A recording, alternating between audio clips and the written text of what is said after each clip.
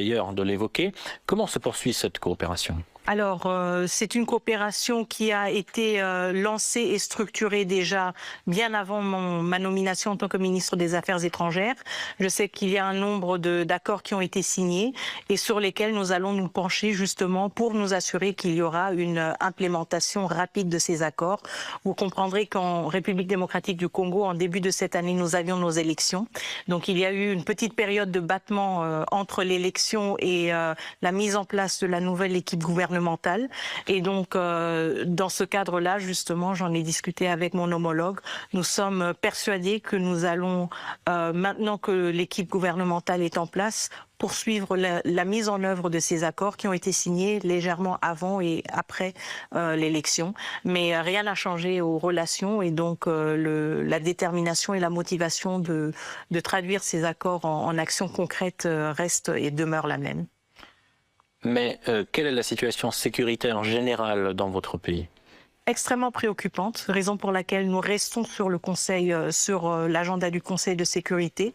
La République démocratique du Congo traverse une crise sécuritaire depuis maintenant près de 3 ans, liée à l'activisme du groupe armé M23, qui est en fait en support à l'armée rwandaise, une armée d'un pays frontalier que nous n'avons jamais invité sur notre territoire, qui viole notre intégrité territoriale et notre souveraineté, en violation aussi de la Charte des Nations Unies et qui a été justement sommé par plusieurs membres du Conseil de sécurité de se retirer du territoire souverain de la République démocratique du Congo.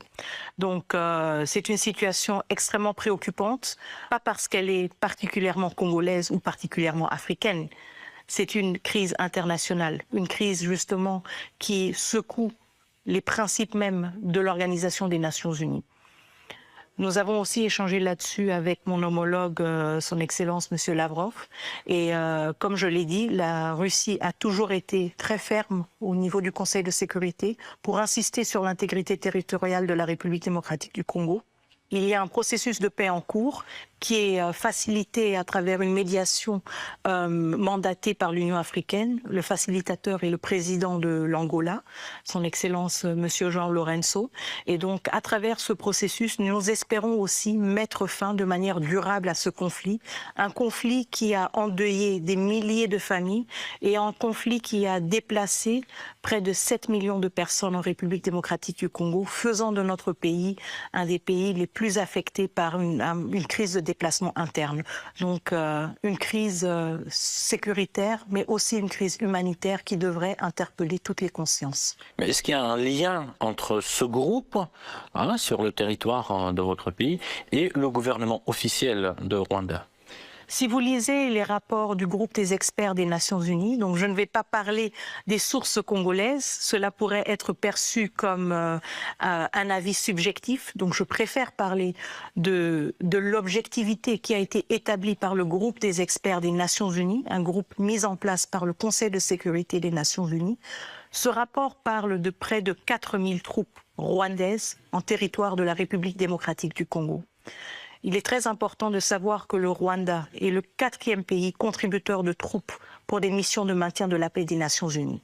Un pays qui reçoit beaucoup de financements, y compris de l'Union européenne, pour des opérations de maintien de la paix autre part en Afrique. Et en même temps, ce même pays se permet d'envoyer 4000 militaires, au moins 4000 militaires, sur notre territoire souverain. On ne peut pas être contributeur de troupes aux missions de maintien de la paix des Nations Unies sans pour autant contrôler ces troupes sur son propre territoire. Et la question que nous posons donc est comment est-ce que 4000 militaires rwandais se retrouvent sur notre territoire souverain s'il n'y a pas eu une décision politique pour les envoyer en République démocratique du Congo. Quelle solution envoyez-vous à cette crise ? Tout d'abord, et nous insistons là-dessus, le respect du droit international, le respect de la Charte des Nations Unies. Ce n'est pas une crise congolaise, ce n'est pas une crise régionale. Et donc la solution, c'est d'abord d'imposer le respect du droit international. Le Rwanda doit quitter la République démocratique du Congo. Et le processus qui est en cours, le processus politique qui est en cours, pourra aussi continuer.